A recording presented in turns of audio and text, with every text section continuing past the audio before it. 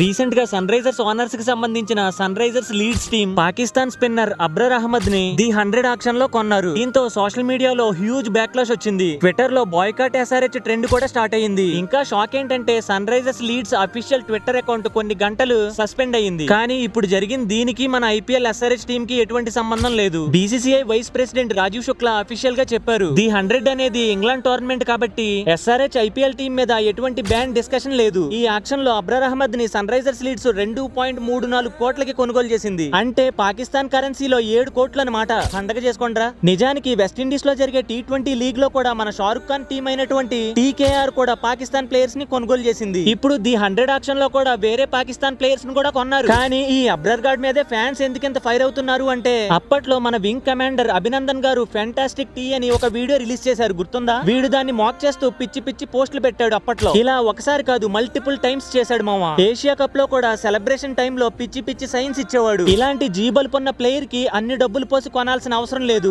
Auction లో ఇంతకన్నా talented players చాలా మందే ఉన్నారు. అది కూడా మన Indian franchise Sunrisers Leeds పొంది అంటే ఖచ్చితంగా హట్ అవుతారు ఫ్యాన్స్. మరి దీని మీద మీ అభిప్రాయం ఏంటో కమెంట్ సెక్షన్ లో చెప్పండి మావా.